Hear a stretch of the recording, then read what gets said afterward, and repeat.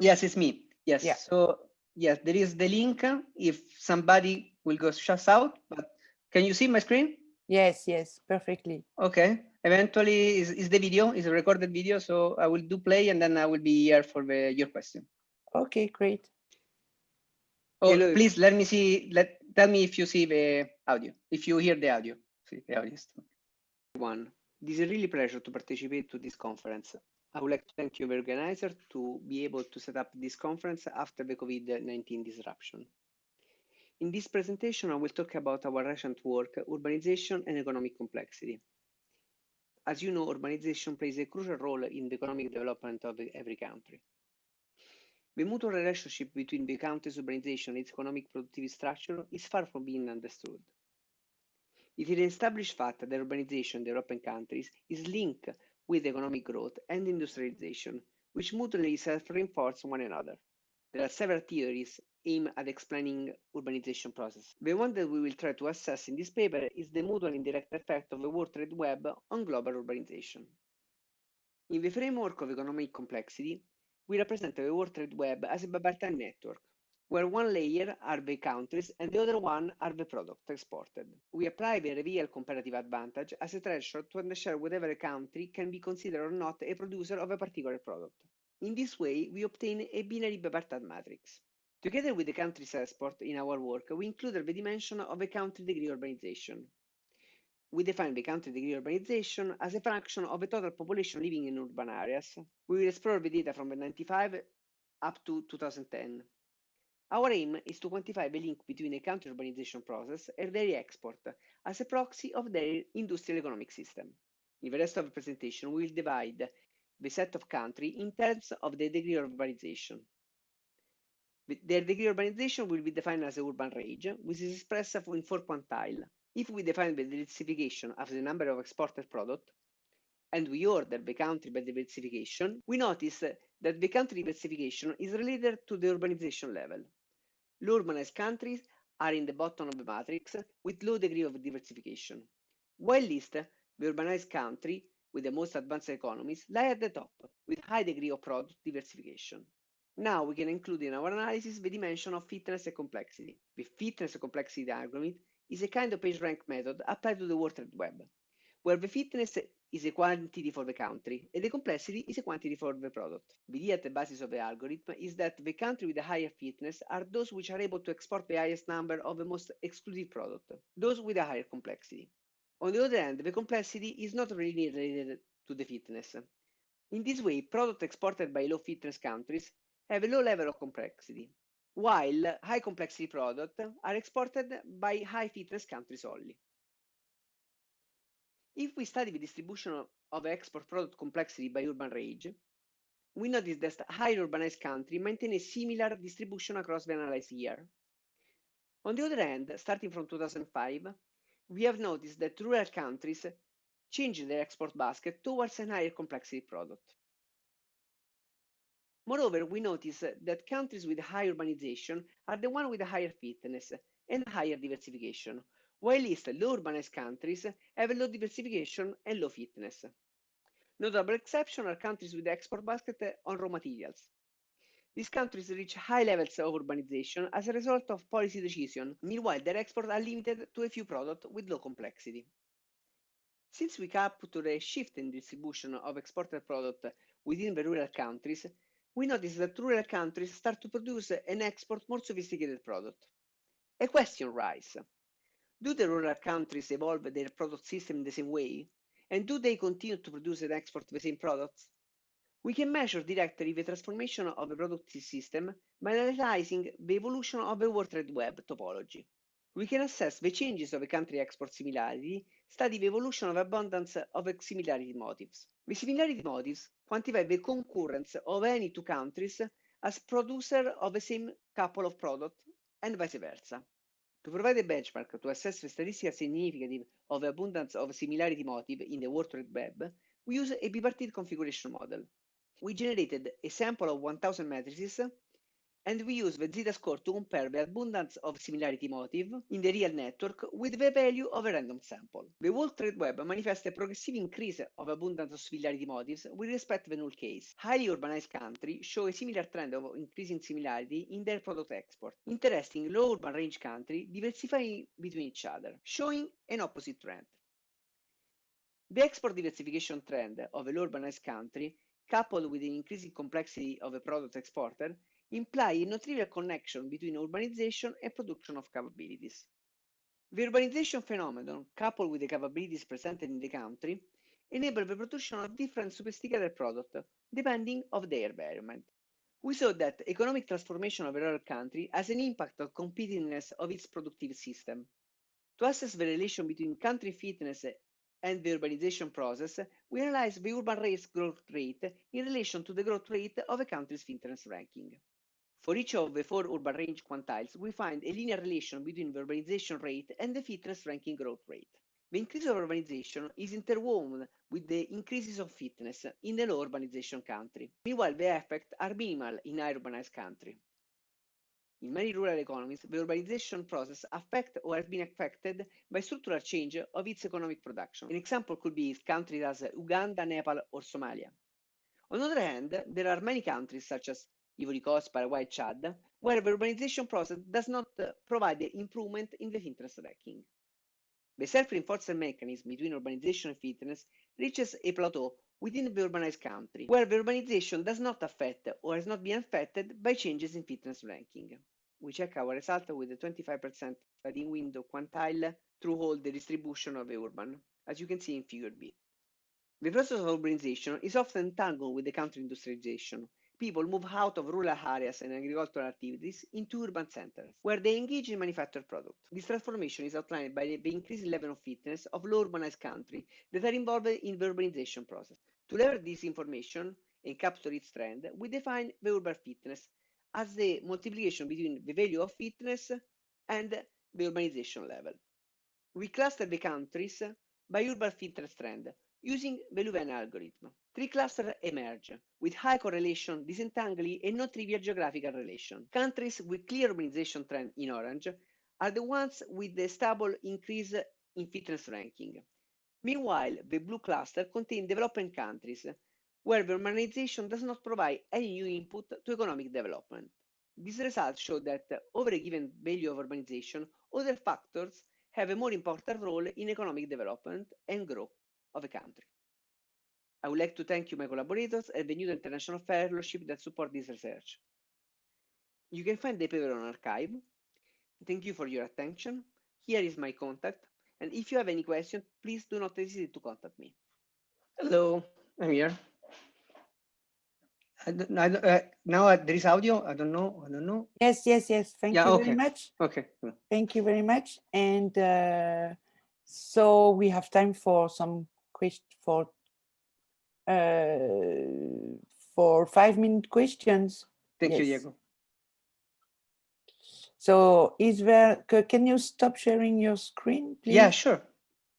Yeah. And so is there anybody has got a question or comment or?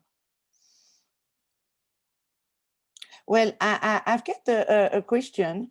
You speak about urbanization, and but I did not understand if you take the growth of urbanization or the share of urbanization at one moment.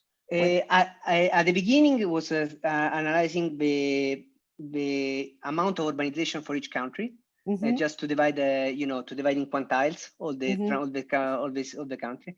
And then at the end is like the main achievement of the paper is like divided by growth. So how does impact? Because you cannot check the urbanization within a couple of years, but since we have 15 years of span, we check the urbanization between the first and the 15th year, and we check how the growth of this urbanization has some correlation with the change of the economic and the networks of the trades.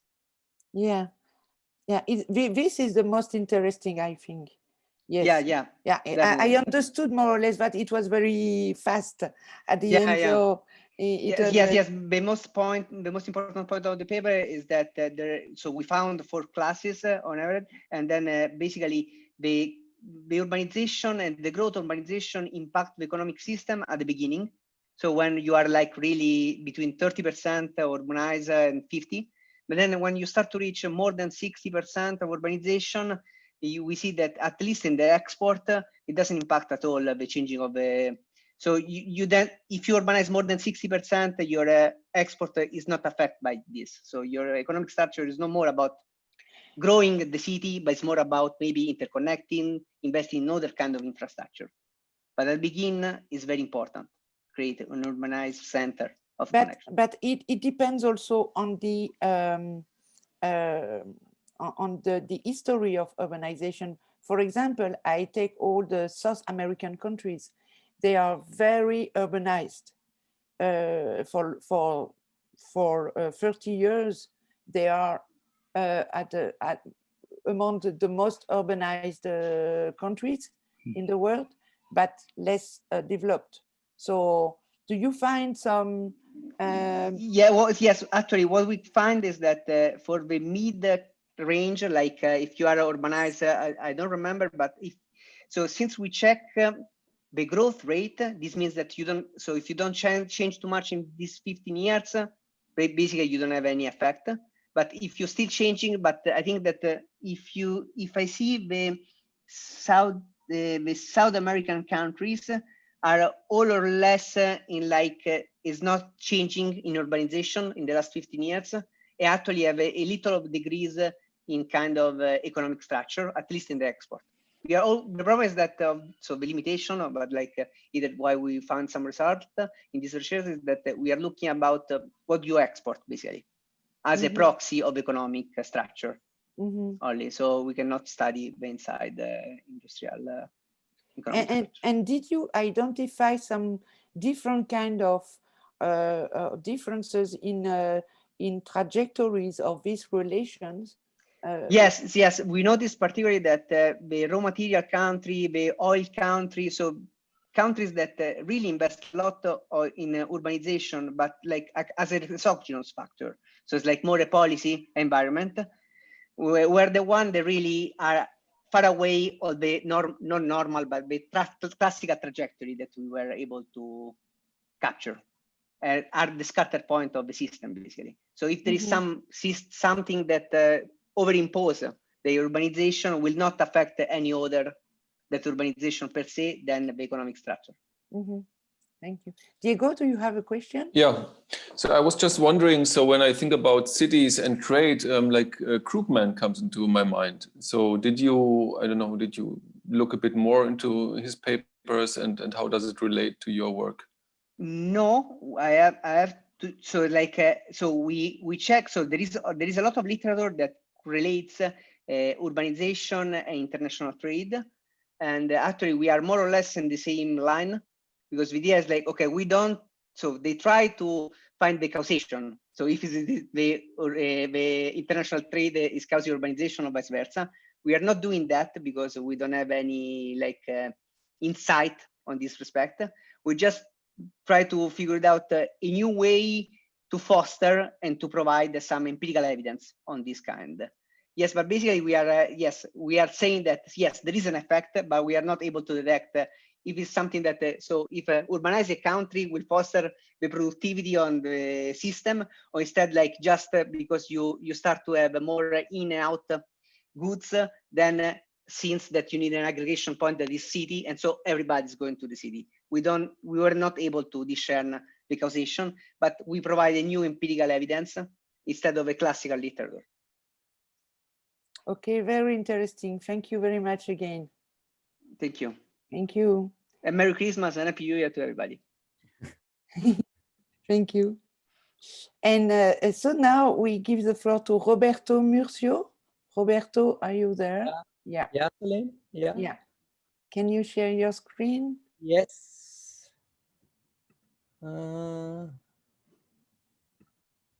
Okay, sharing.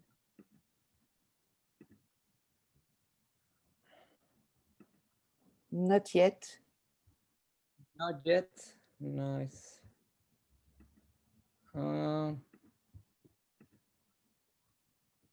Now this thing is saying something about you must authorize the Zoom to catch your screen.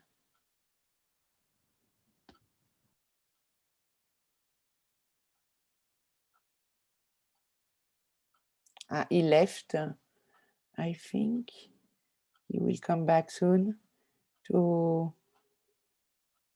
reconnect differently, to be able to to share the screen. Yeah, probably had the same problem me last time. So let's wait. And yeah, so just I am really happy of this session because well, there is Diego, very specialized on this topic, but also Roberto. I know him. He also normally work with a lot of. Yeah, I'm yeah, back. Yeah.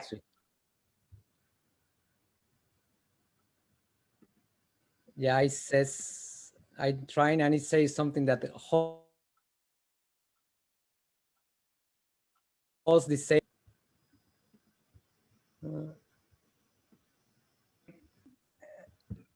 I know which is the problem. You need to be host. So I think that Elena needs to host, give you the rights of hosting. Otherwise, you cannot. Yeah, it says that. Because Elena is the owner of the chat, so you need to grant him host privileges. Yeah, I cannot do anything. Yeah. Me neither. I try to see if I can do something, but if you click over his name, you can say, you can click more, and then eventually should be host, make host, co-host. yeah, I cannot do. I am not host, so yes, Elena. I don't know if there is somebody behind Eliana Arigiraki. Are you the host?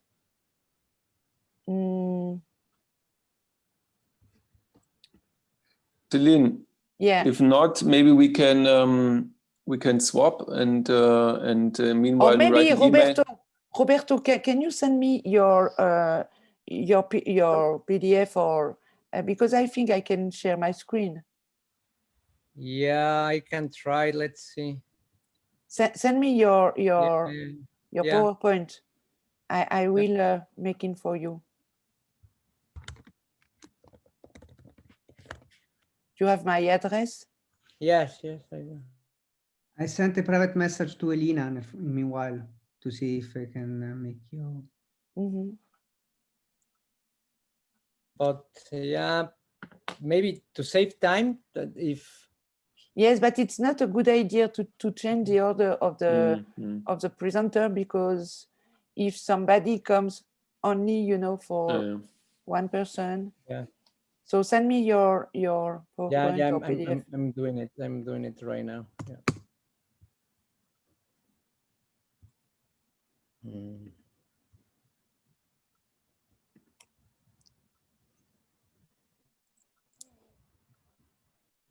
Okay, it's loading.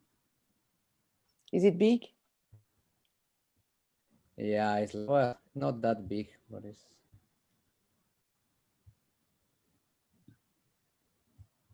Okay.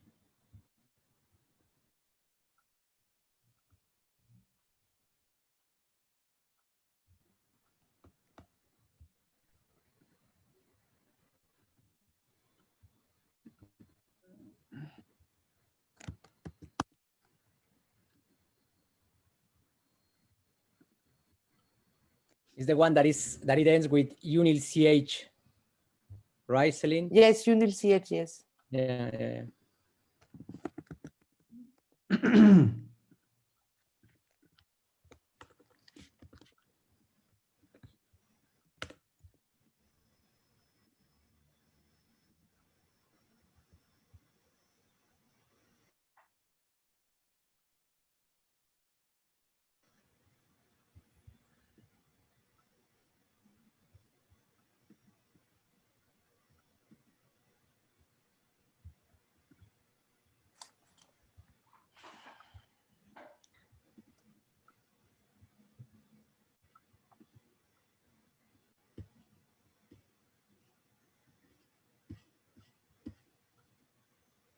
Did you send it? Yes. Because I do not receive. Maybe.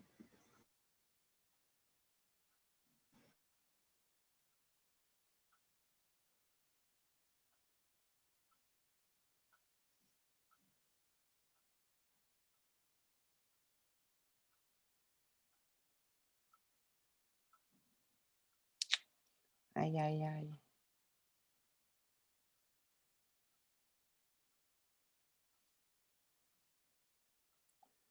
Well, I don't know what to do.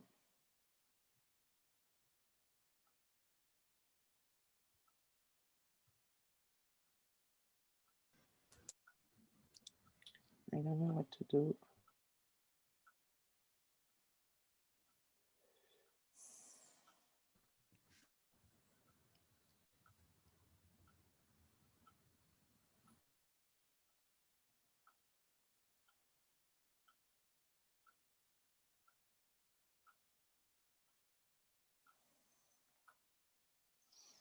No.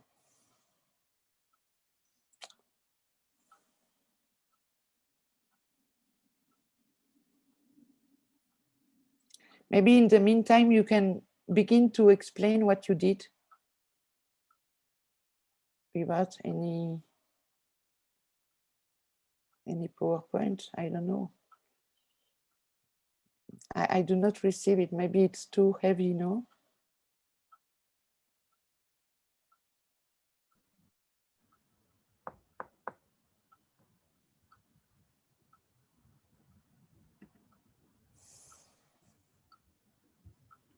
Ah, yes, I've got it. Yep.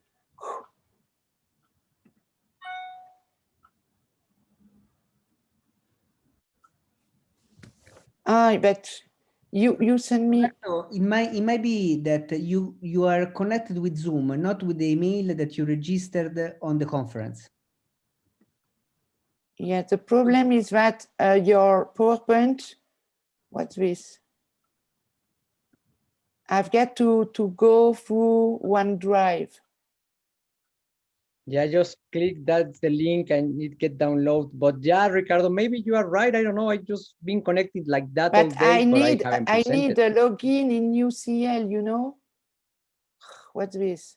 I need a login in UCL. No. Yeah, this I'm co-host now. You are co-host now. Yes, you can do it. Do it. Share it. Yeah. Yes, it's working. It says I'm co-host now. Yeah. I'm here. Okay. Okay. Okay, so please Yeah. again, yes, okay. Yeah. It's recorded also. Hi there. My name is Roberto Murcio and I'm based at the Center for Advanced Spatial Analysis at University College London.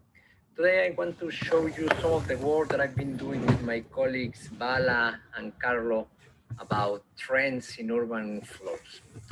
In simple words, we count bit and we use Wi-Fi proof request as a proxy. Just as a bit of context, from figures last year, the market penetration for smart devices is huge here in the UK. 83% of the adult population is walking around with one of these devices, and Brits are spending a lot of time on their screens. So almost everyone is broadcasting their presence all the time through Wi-Fi proof request. Even if they have the Mac randomization activated, they are still broadcasting their positions. So let me tell you a bit about this project. We got the data.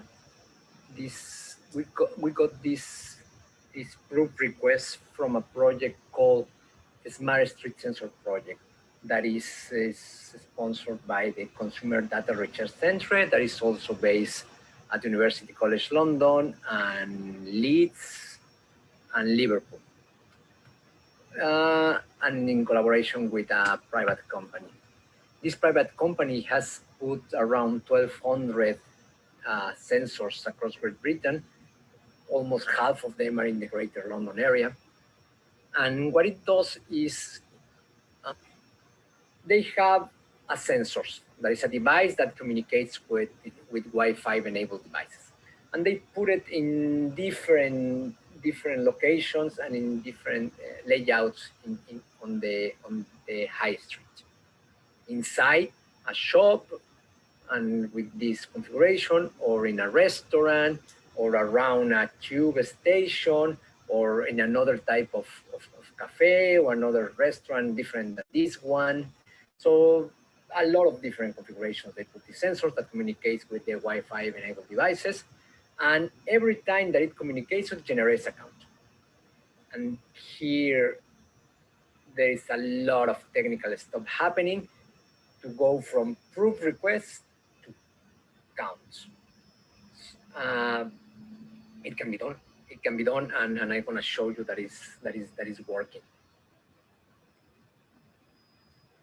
In these two heat maps, I'm showing you the daily average counts by month for 2017 and 2018. Immediately, you can see some of the patterns that emerge with these counts. Of course, on the 25th of December, there is no counts because most of the stores are closed and nobody's walking around. But this is a week.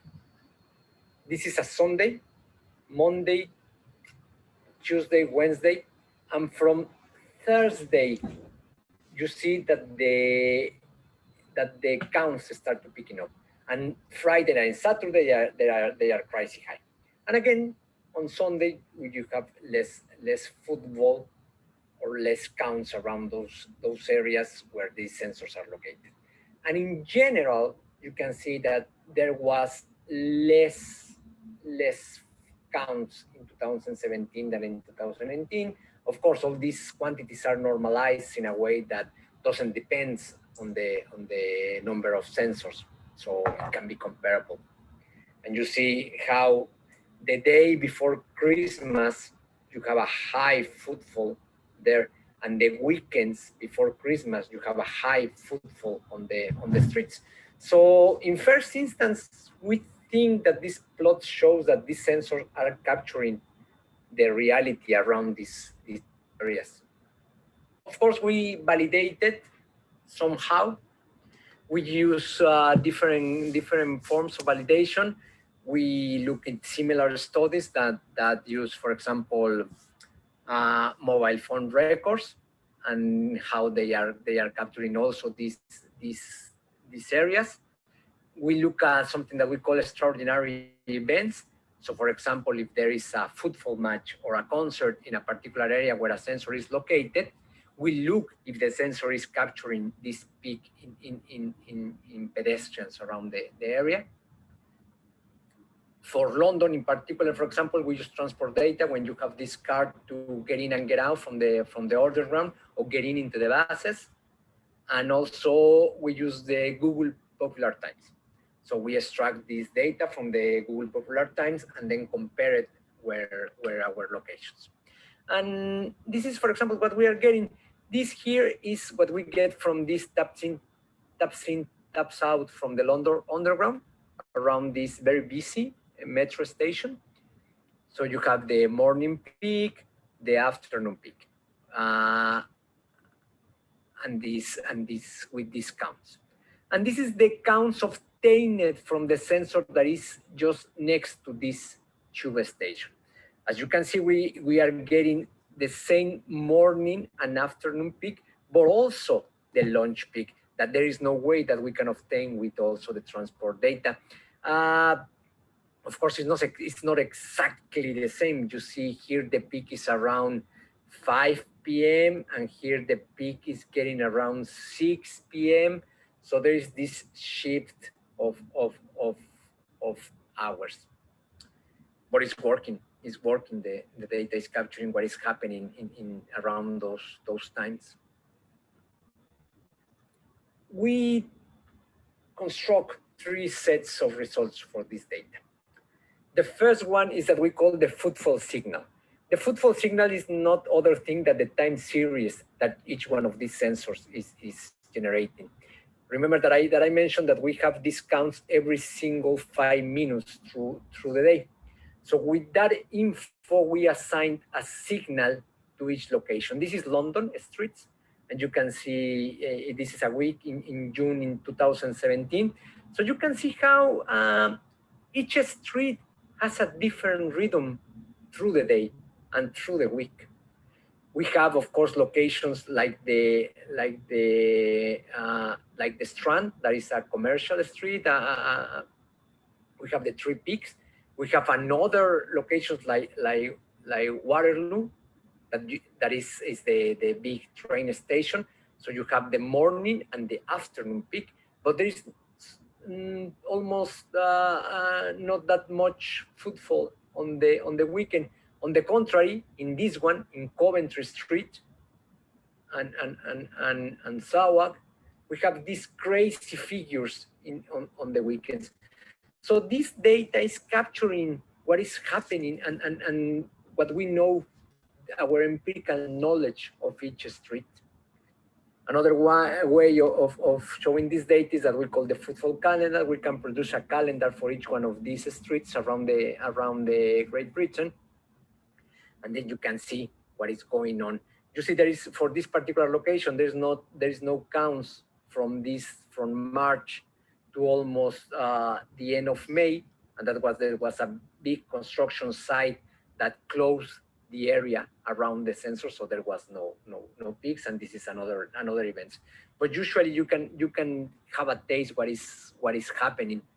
You see how the footfall changed on Fridays completely, and again changes, and in these Saturdays, this was events that is happening on the Saturdays.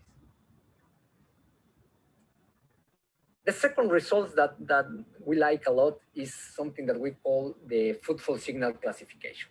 So, okay, we know that each one of these streets have a particular signal, but there are some signals that are more alike to other ones. So what we did is produce the average footfall signal for each sensor for a weekday. And then we cluster each one of those signals, we cluster, and we obtain 8 clusters. So this is the 8 typical footfall signals in our data. And each one of these corresponds to different areas. So areas that has only one peak are mostly located on pedestrian streets. And sensors that produce a 3-peak signal where the afternoon peak is a little bit higher are mostly in rows where offices are located. And this one that has for example, a big peak at lunch is mostly located also in these roads and in local streets. So with this data, we are able to produce a novel classification for streets based only on the activities that we are, on the amount of activity that we are observing. And our third result, that is sort of the name of the talk, that is the urban flows. So we select all locations that are at a 5-minute walking distance from each other. So for example, this is a famous street here in London, Edgware Road. And there is a lot of, each one of these marks is a sensor. So all these sensors are really close to each other. So we speculate that the chances someone walking around this sensor with this direction is going to get picked also by these sensors. Of course, we don't know. We don't know for sure because we only have the counts, but that's what we try to do. Our question is there a way to know the flows from this sensor to these sensors and to these sensors without tracking people? Let me show you on the previous page. These 2 footfall signals belong or correspond to a couple of sensors that are a 5-minute walking distance from each other. And although they are not exactly the same, they share some common features. You see, they share the same peak around 1 p.m. Each of these numbers are 5 minutes groups. And they share the same peak around in the late afternoon. So with these two signals, we are trying to see what is the correlation between them. Which of these signals have more influence over the other one? Instead of doing a simple, not a simple, but a traditional correlation, we decide to use an information theory approach using something called transfer entropy.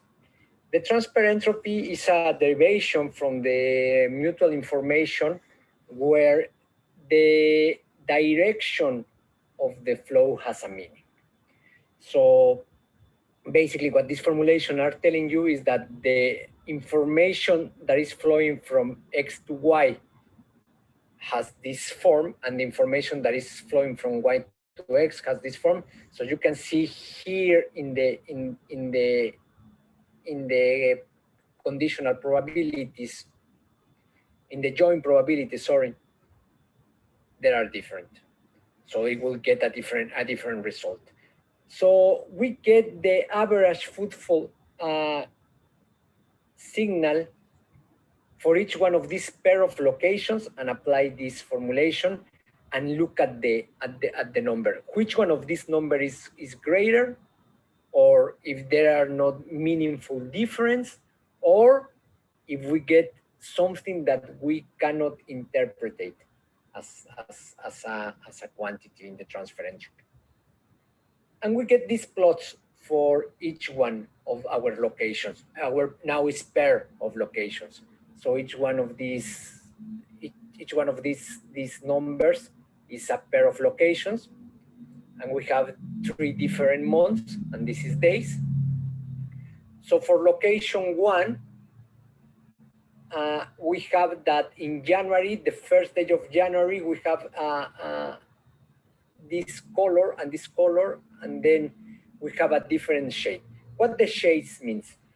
We have the location, the pair of location is A and B. So if we have this shade of color, it means that the flow of information is greater from A to B. And if we have this shade of color, the flow of the information is greater from B to A. And if we have this one, is that there is no meaningful difference between both quantities.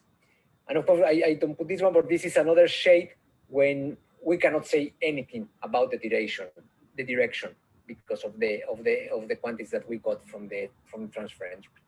So if you see for the pair location 1, we have this pattern of flow to A to B or B to A, or no flow at all, or no way of decide which direction the flows are. But it's different from June, and it's different from December. In December, it gets really stable across the month. So right now, we are in the search of how to quantify these patterns. So because in first instance, you see that there is no discernible pattern across months. So this tells you the complexity of these people's movements across these micro movements across the city. Just to conclude,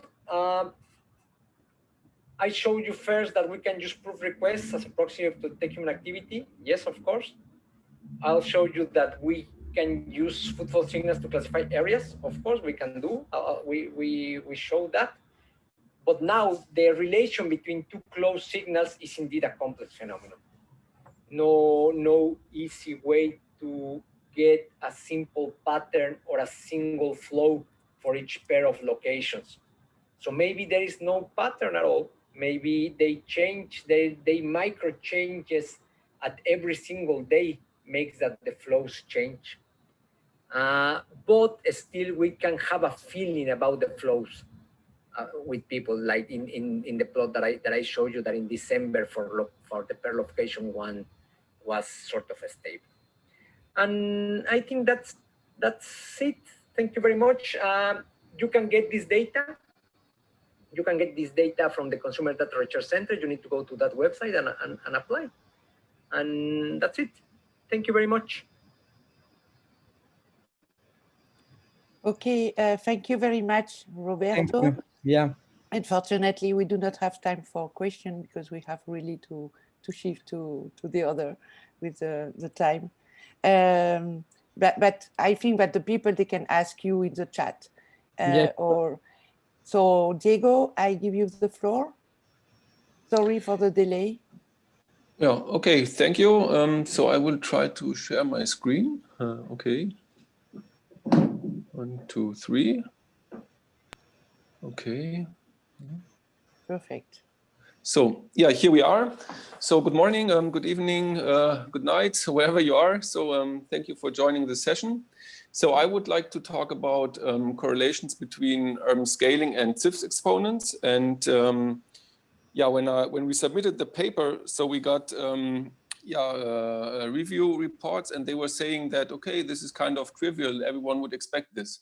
But at the same time, the reviewers didn't provide any reference. And I think we're not aware of any paper except this one here, namely by Gomez Lievano, Anders, in +1 2012. And he derived an equation, which is this one: beta is equal to alpha over alpha y. And what does it mean? So essentially, we look at Zipf distribution. So this is the city size distribution. And I have just like illustratively made a straight line here. So basically we have a distribution which follows a power law with exponent alpha, which is close to 1.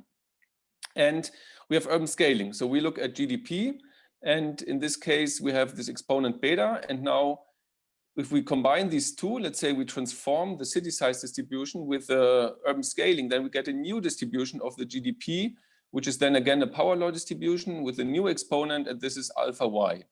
And according to this derivation, these three exponents should follow this relation.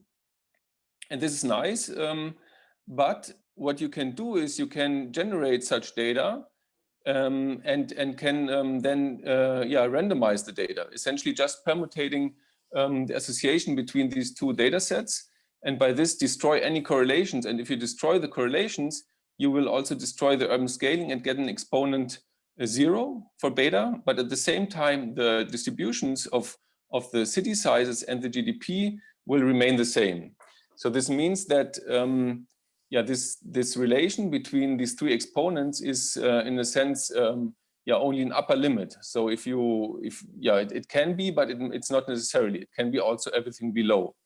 And if you look at the reference, actually the authors say something like, exponents are constrained to obey. So it's kind of vague if they have this in mind or not. Anyway, so we look at this empirically. So specifically, we use the functional urban areas provided by OECD and EU. So this is quite a new product. And this includes also population data from GHSL. So these are basically, I think, these pink outlines here, which are in this figure. And these are combined then with gridded GDP data from Kumu et al. In Scientific Data 2018. And if we do this, we get, we have the consistently defined urban units, these functional urban areas, and we get them for 4,500 cities for 96 countries. And as a consequence, we have the population and the GDP for each of those cities.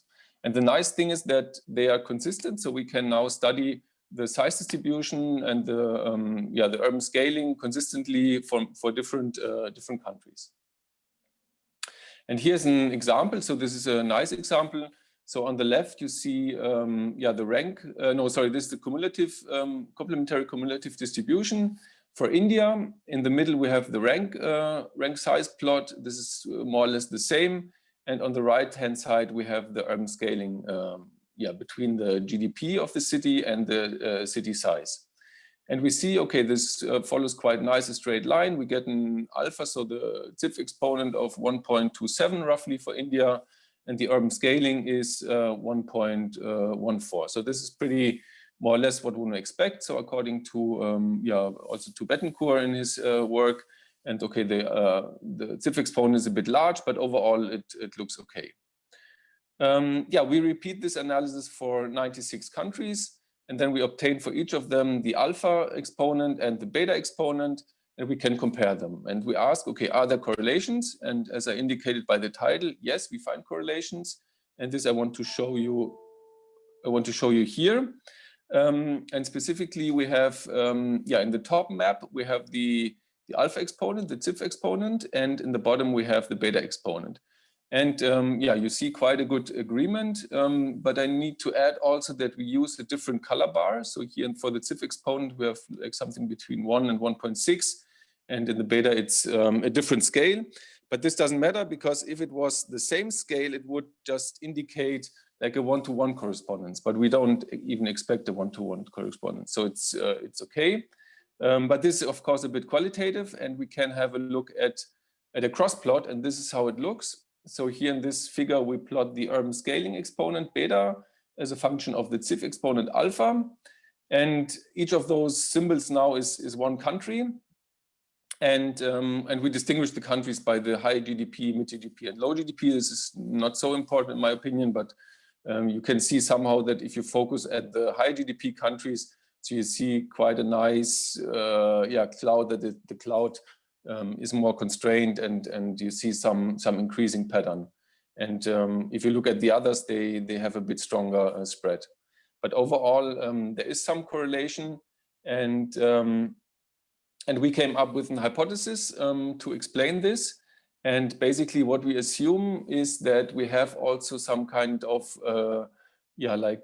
country scaling, we call it. Basically that if we aggregate the GDP of all the cities in the country, and we aggregate the population of all the cities in the country, then we have, let's say, for each country like these two values, and then we can do like a similar to the urban scaling plot, we can do a country scaling plot where each value is now a country. And this basically is this expression with an exponent gamma. Then we have additional two constraints, namely the smallest city size should also depend on the population of the country with an exponent delta, and the largest city should also depend on the population of the country with the exponent theta.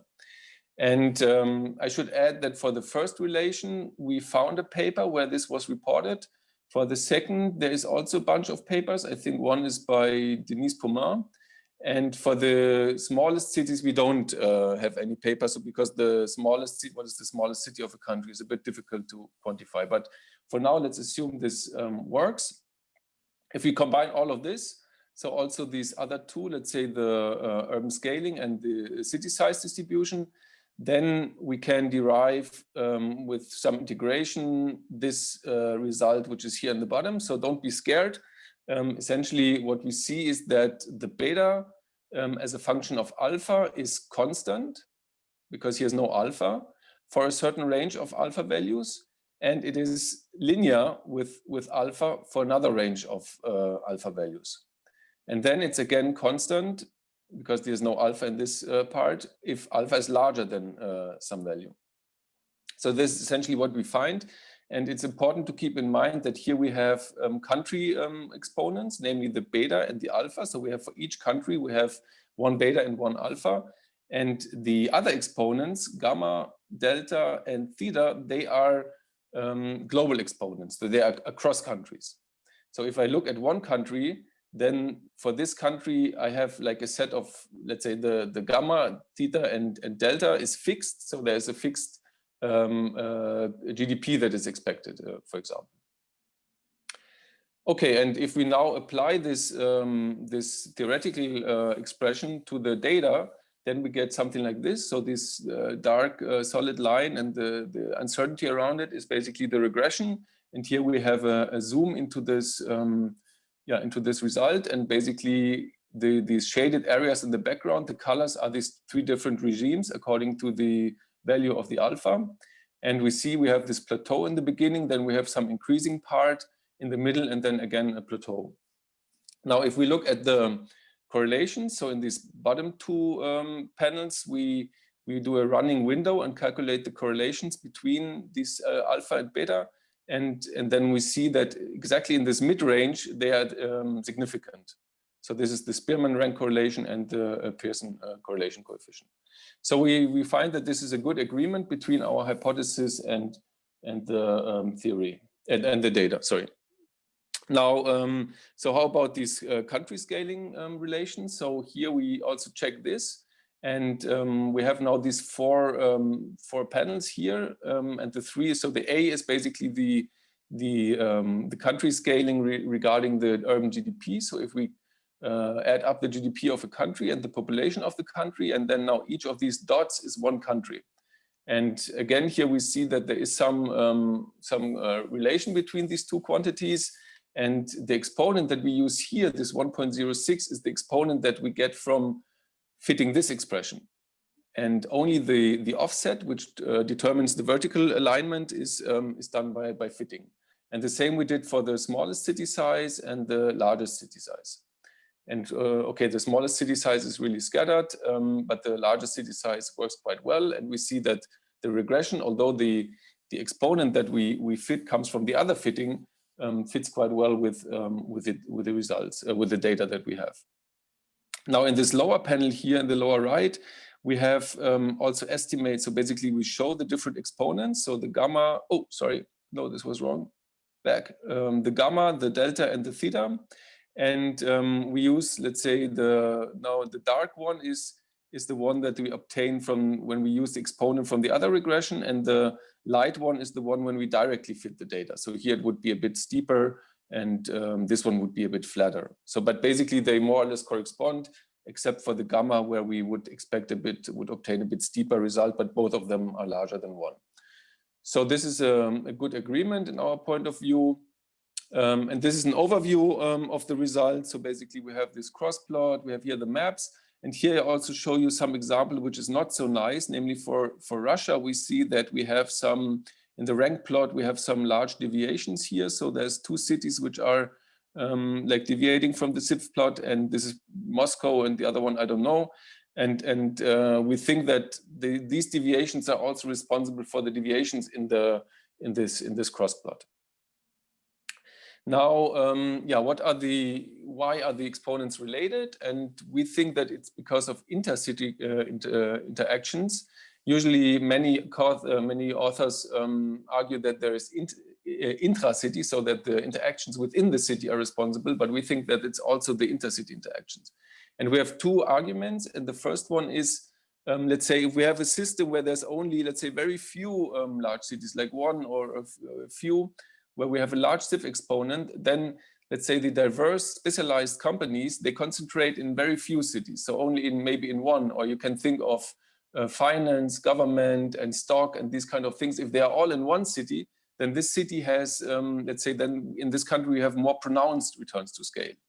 And this implies then like a larger scaling exponent. And vice versa, if the Zipf distribution is a bit more balanced, we have more larger cities, then the specialized industry can be in different cities, and the urban scaling might be less pronounced. So this is one argument that we have in mind.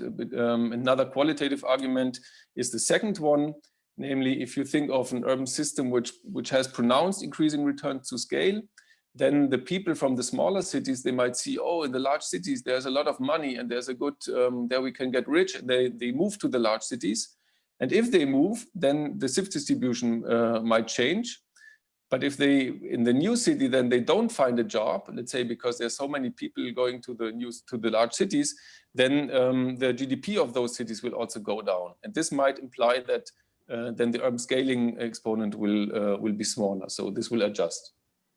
And the same you can think also vice versa. Yeah, these are 2 arguments that we have in mind, but these are more qualitative and to be explored.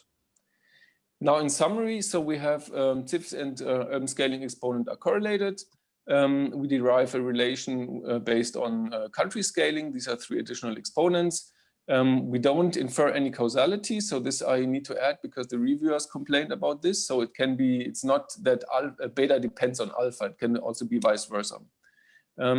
We also did some simulations, which I did not show. And yeah, in summary, we think that Zipf's law and urban scaling are two sides of the same coin. And urban scaling is not only due to intracity processes. The paper is submitted, and I hope we have some time for questions. So how do I finish this? Yes, thank you very much, Diego. Yes, few minutes for questions. Hello, Panos. Hi. So do you have any question? Or, well, I would like to, I have a question about the three regimes Yes. you indicated.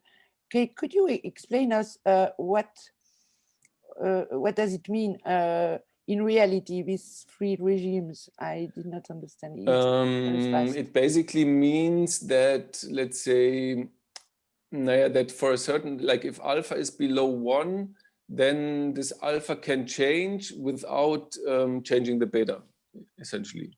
So this is like more the mathematical. Yes, but in reality, what does it mean in terms of urban system? To which kind of system does it correspond? To which kind of system? Naja, so I mean, these systems like with alpha below 1 are a bit unusual. I think mostly they're above 1. Oh no, sorry, I'm confusing now with beta. Naja, so it depends whether the let's say the distribution is more balanced or more extreme, and yeah, I can't tell you any, let's say, other characteristics except the Zipf distribution itself. So, but it's just, I mean, this plateau in our perception, or let's say more let's say the increasing part is more interesting. So where we have a coupling between these two. So the plateaus are rather like a decoupling. So if you basically, it means you can change one without changing the other one. So, yes. And so in which case does it appear in the world, this kind of? Which countries? This I would need to look up. This I don't know by heart. If I had the slides now, I could tell you. Okay. But this is also, you know, it depends on the, there's always some uncertainty regarding the, you know, the estimates of the exponents. And so it might not be, let me just check. Because also at the end in your conclusion, well, just for information, the second city in Russia, it is St. Petersburg. Yeah, that's what I thought. I just wasn't sure. Yeah, it's sure it is that. But in your conclusion, you conclude that, well, of course, there is this kind of network where there is only few cities, and the ones where you have a lot of cities interconnected, but even in the interconnected and when you have many cities, you have more or less hierarchized systems, and this depends a lot to the kind of regime of the country, the kind of political organization, if it is really very regionalized or not, or very concentrated in the capital. Yeah, exactly. So I mean, so I think, let's say, maybe if the alpha is very large, then we are more like in a centralistic system, and if it's more balanced, then we have more like a more polycentric system. But also, well, some authors, specifically around the knees, but not only, they measured how much there was a curve which was a concave or convex form of, and how much it was linked to the kind of, well, there's two kind of variables. First, the political way of institutions of the country, and the decentralized way of regions. But the second one is whether the country is planified or not. Yeah. Okay. So it could be a piece. Yeah, this might be worth having a second look. Yeah. But very interesting. Thank you very much. Thank you. So now it is to Fabiano, I think. Fabiano. Ribeiro. Yeah. Yeah. Hello. Hello. Yes, we hear you. Thank you, I Diego. hope that you can hear me. Yeah. Can you share your screen? Yeah, just a moment.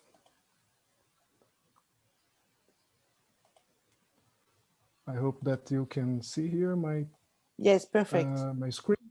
Yeah. Yes. Just a moment. Let me try here to put my.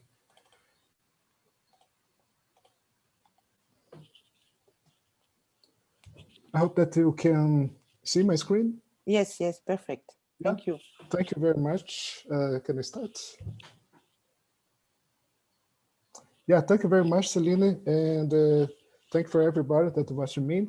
My name is Fabiano Ribeiro. I am a professor at Brazil at the Universidade Federal de Lavras, and I'd like to talk to you about the transversal and longitudinal scale in cities. Specifically, transversal scale means that all the scaling property that we have observed recently or the past decades about systems of cities. And longitudinal means the same properties of scaling, but at the level of this individual city. And what I'll try to present is a study that I used more than 5,000 Brazilian municipality data. And I try to present you a model to try to explain my results.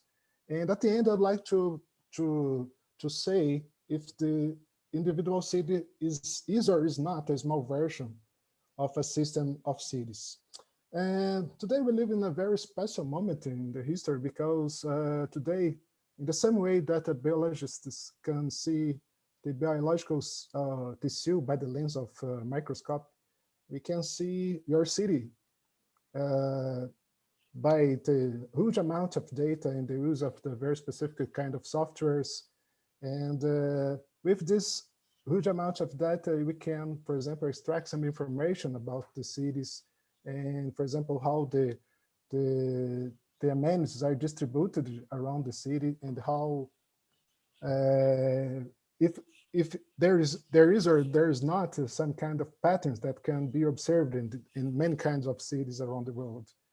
And we've used this huge amount of data. We already have observed that some patterns apparently do not depend on the history, culture, or geography of the city. And one example is the scaling properties. For example, here I have the GDP as a function of the population for two very different kind of countries that the USA and Brazil. Here, every point here in this graph represents one city of these two countries. And besides, these two countries are very different in terms of economy. Apparently, the scaling properties that is characterized by this blue and the green line here in this log graph, the slope of these two lines is approximately the same. That is what we call now the beta parameter. That is superlinear. That means that when you increase the size of the city, you more than increase the gross domestic product of every city in these systems. That means that you have an increased return to scale when you increase the size of the city. This is so robust that when you, here you can see the chaotic movement of the cities. And beside this chaotic movement, the red line that represented the scaling of these systems of cities maintain approximately constant. The slope is approximately constant. Beside all the erratic movement, apparently erratic movement of the cities. And however, there's another kinds of urban variables that also have a scaling property, but instead you have a sublinear behavior. That's the case of infrastructure kind of variables. For example, here you have the number of petrol stations that present this sublinearity. That means that when you increase the size of the city, you decrease the per capita number of this infrastructure variable. This also present this approximately the same value no matter the country. Here we have 4 different countries, and the beta related to infrastructure is apparently the same. But why this kind of scaling emerge? What the origin of these scaling properties? And what I and my colleagues try to do to try to understand this kind of properties, this kind of urban properties, is to try to represent the socioeconomic as an output of the interaction between the people that lives in the city. For example, imagine here you have a person that lives in this, imagine that here you have a person that lives in one part of city, and suppose that this guy interacts with the person that lives in this part of the city. And the number of interaction that this guy have with all the person that live in this part of the city, we will consider by hypothesis that decay with the distance. And the model that we have studied in the last years with my colleagues is to try to say that the socioeconomic is an output of, is a consequence of the interaction between the people, and this interaction decay with the distance. That means that we hypothesize that the probability of interaction between two people decay with this formula. And here we have a parameter of the model that I will call gamma, and this parameter measures the range of interaction between the people. And this hypothesis have some empirical evidence to support. And here we have the distribution of physical distance of Facebook contacts that is apparently is in agreement with the hypothesis, apparently decay with the distance according with the power law. And here we have also the distribution of male distance, and also it is well fitted by this power law. And with this empirical evidence, we can infer some numerical value for this parameter that measure the interaction range put in the model. That is around 1 and 1.5. And also, I think that we consider the spatial distribution of the city. In our model, we consider that the structure formed by the cities obey a fractal structures. And here you have the histogram that represents the number of a set of cities and his respective fractal dimension of the city. And you can see here, for this specific set of city, you have a fractal dimension around 1.7. And if the city is well represented by the fractal structure, you can say that the density of the city can be right in terms of this equation here. With this consideration, we can say that here we have the probability of interaction, here we have the density of individuals of a specific part of the city. So these terms here represent the number of interaction that one individual have with a person that live at a distance r. When I integrate all these parameters here, we have all the number of interaction that one specific city, one specific individual have. And then when we multiply by n, we have all the number of interaction that you have in your city. And by hypothesis, we consider that the socioeconomic output is directly correlated with the number of interaction. And then when I compute this equation here, emerge two kinds of properties of the model. For example, when you have short range interaction, we have a linear relation between the socioeconomic and the population size. And when you have, now we need to say what means short range? What means short? Short here represent that the gamma is greater than the fractal dimension of the city. And otherwise, when you have gamma smaller than the fractal dimension, that means that you have in the long range interaction regime, and now you emerge the non-linearity that you have observed in the empirical data. And in addition, we can also write the beta, the scaling exponent, has a function of the geometrical property of the city. That is beta has a function of gamma and the f. And what is interesting about this result is that the non-linearity of the scaling property of the city emerge as a consequence of the long-range kind of interaction between the people. That means that if you have a city that have only people that interact only with the near person, not with the city as a whole, you don't have emergence of scaling properties. That is an interesting result of your models. And you can also compute the infrastructure using the same idea of the decay of the distance. You can simulate, for example, the number of amenities in the city. Here, my city is generated by a DLA algorithm, and the city is the small ball, this small circles, and the triangle is the facilities.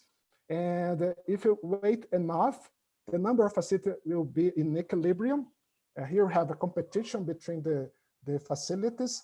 And if you do the same simulation for different size of the city, what you can see here is that when you increase the size of the population, you decrease the per capita number of amenities.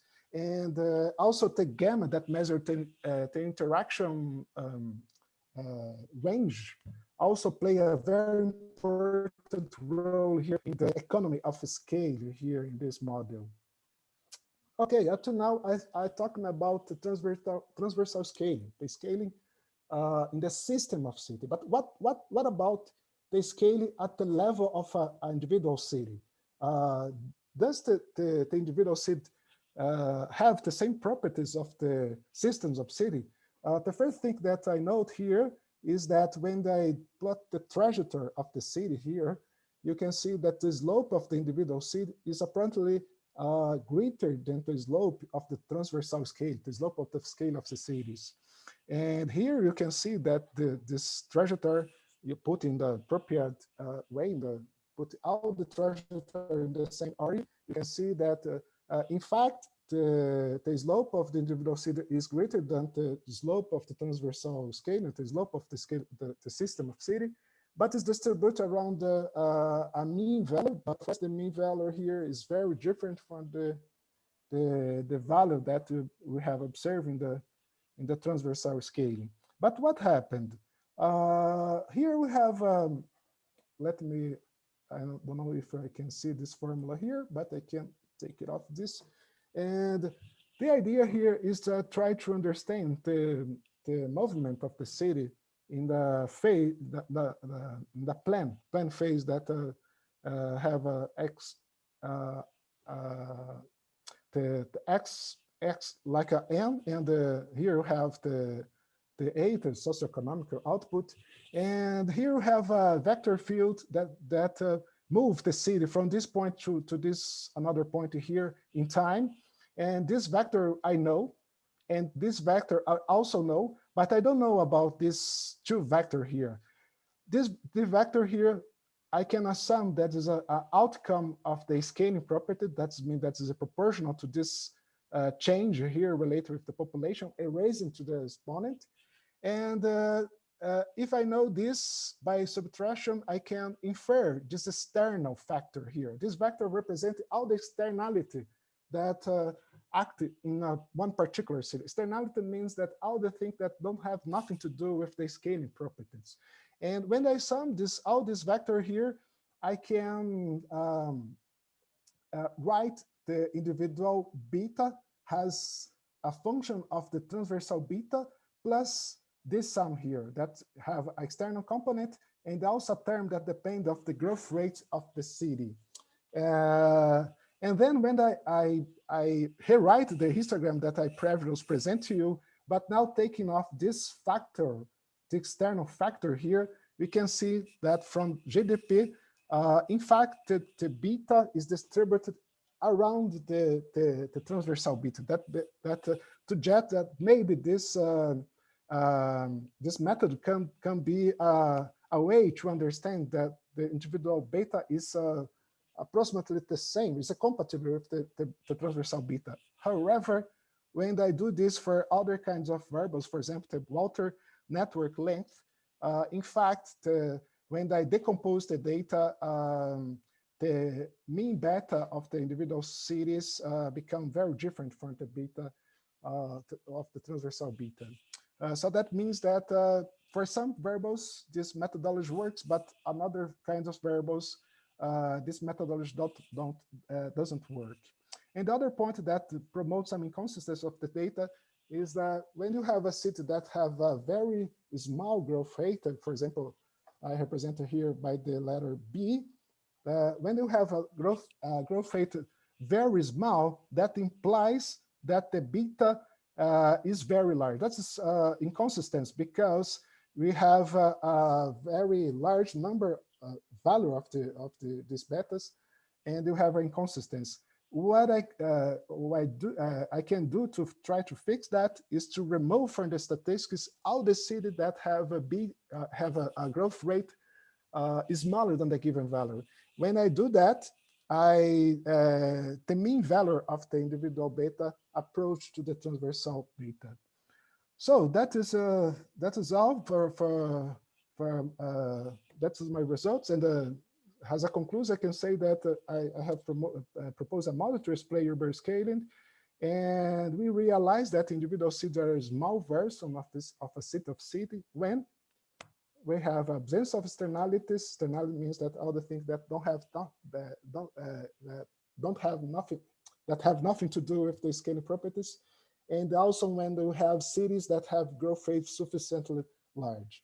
Thank you very much. That is my collaborators here, and that is the support. Thank you for the support, and thank you very much for all the audiences. And I'm look forward to see your question. Thank you very much. So thank you. Yes, it was a wonderful presentation. Thank you very much. Are there any questions? I think that I need to stop my share now, no? Yeah. Now the people. Yeah, it's okay. So is there any question? Maybe I've got one. So the alpha, I think it is what we call the friction of distance, right? Because it is how far the interaction are break or by the distance. So it is what geographers we call the friction of distance in the gravitation model, right? And in a way, so it is linked to the shape of the city and the way the city is planned and organized. And so is there now a relation between the fractal dimension and this friction of distance? Because you compare them, but are they not linked in a way? Yeah, that's in fact, that is the question that I'm looking for now, because in fact, the model say about the ratio between this range of interaction and the fractal dimension of the city. In some way, the model says that this value of this fraction is important. But the problem that I'm faced now is that I can explain the fractal dimension. It's a quantity that I can understand in some way. But the gamma, the parameter that measures the interaction range of the people, I can say nothing about. It's how can I say, it imposed by hand in the model. And I think that that is a very interesting point to explore, because gammas reflect some humanity characteristics. For example, why I want to move 10 meters or 1 kilometer to buy something, but I don't want to walk 10 kilometers to buy something. I think that these parameters reflect this human decision that define how long I want to walk to buy something. Mm-hmm. How long I want to drive to buy something. I don't know how to do that. That is a point that. But you know, it exists a lot of geographers work on that for so long time. The gravitation model was proposed in the 19th century, and during it is travel time budget as it is said in the chat, and so you can compare different activities or different services, and you have the way the people they are ready to take for a certain type of services or shop and so on. And when you see also the distribution of different services, for example, the bakeries or pharmacy or doctors, it indicates how long the people they are ready to move also. So this is why this alpha, so the friction of distance, is linked to the shape of city.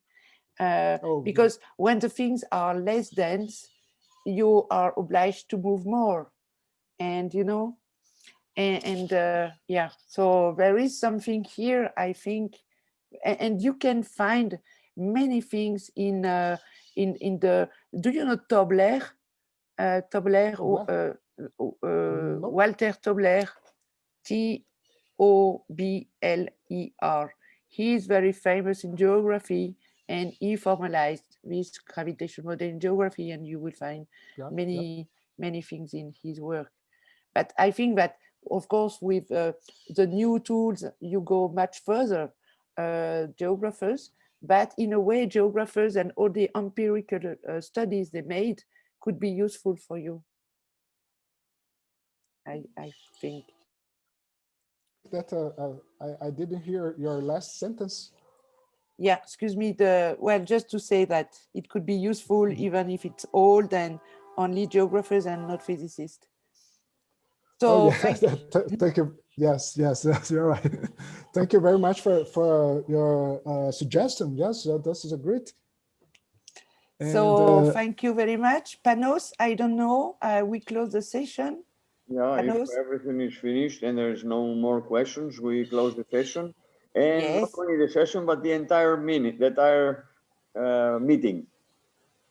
The entire meeting. Yeah. Okay. We close the entire meeting because we are all done, yes? Yes. Now we can talk in the next few days on Skype though, Celine, okay? Yes, okay, thank you very much for sharing. Thank you very much. We're very interesting talks.